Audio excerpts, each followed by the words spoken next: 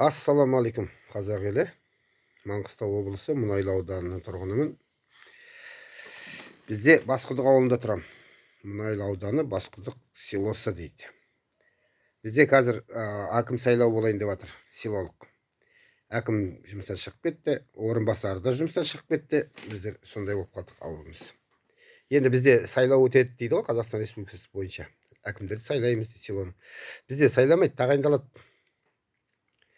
тағайындалады. Оны қазір мен түсіндіріп көрейін, түсіндіре алғанымша. Бізде былай ғой, сайлау комиссиясының балдары да әкім болып алады, сайланды деп. Біздің ауылда Мұнайлыда сондай екі жерде бар. Сайлау комиссиясының балдары әкім болып отыр. Сосын қазір біздер тағы да өзіміз адам қосайық дедік қой, енді манағындай ауылды көркейту үшін. Ол қосылмайды. Мына тіркелу, регистрация бітуіне 3 күн қалды да. 18 қараша күні бітеді. Біз кеше барып білдік та енді. Неге бұған дейін айтпады, ескертпеді белгісіз. Ана қағаз берді ғой, толтырып, манағы документ құжат жинайтын. Оның ішінде манағы өлген тума туысқандарың, ата-анаңның бәрінің құжаттарының түпнұсқасын әкел дейді. Түпнұсқасын іздеу үшін анау басқа облыстарға бару керек. Ол 1-2 күнде бітетін зат емес. Енді бұлар енді өздері тағайындайды да, бұл құйтырқы әрекеттері, ол тек бергі жағы, оның ар жағында дейтін, біздер ауданға маслихат депутат сайлай алмаймыз. Өздері тағайындап қояды, өздері соны өткізеді. Бізде факты, дәлелдер бар, видеоға түсірдік. Сол топтарды біздің Мұнайлыда, Маңғыстауда жалпы, Маңғыстауда сайлау комиссиясын тарқатып жіберу керек. Ротация заңын қолдану керек. Себебі мынау болмайды былай. Мысалға, егер біз әділ істеп жатырық деп айтатын болса, онда дөңгелек столға телевидениеге шықсын, тікелей эфирден. Халық сұрақ қойсын. Шыға алмайды. 100% гарантия берем, шыға алмайды. Халық сұрақты қойған кезде тығылатын жер таба алмай қалады ғой. Сондай құйтырқы әрекеттермен өмір сүріп жатырық та. Көзге көрініп тұрған. Енді кеше мына Қазақстан Республикасының президентінің кеңесшісі Отарбаев Мәлік Нұржанұлы келді. Осы Мұнайлы ауданына келді. Манағы топтар қарсы алды да, оны құрастырып алған топтар бар, оны жұмысшы тобы дейді де, өздерінің манағы құрастырған маслихат депутаттары сайланбай, сайланды деген атақпен тағайындалғандар.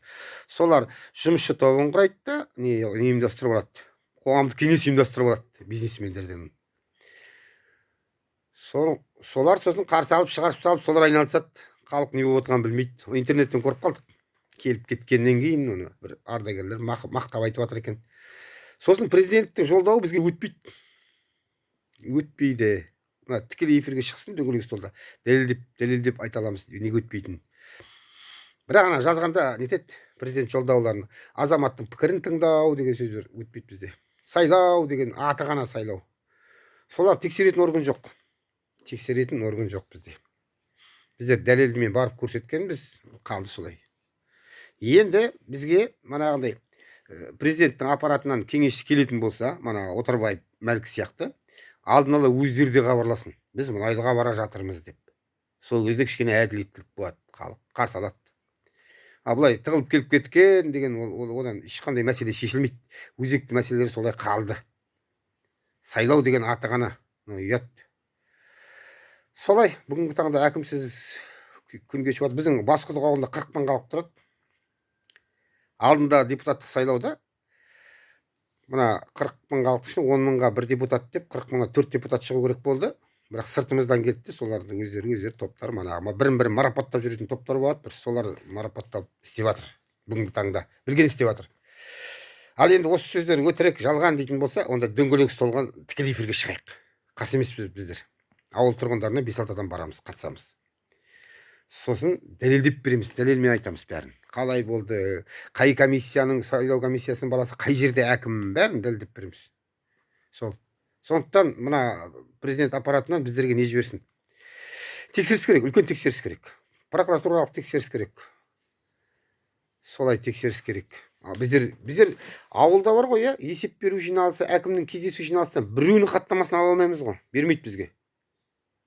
Содан артық ойлап қараңыз, содан кейін неге бермейді? Не үшін? Бір топ өздерімен өздері план жасап, құрастырып, спектакль ойналып отырған сияқты да.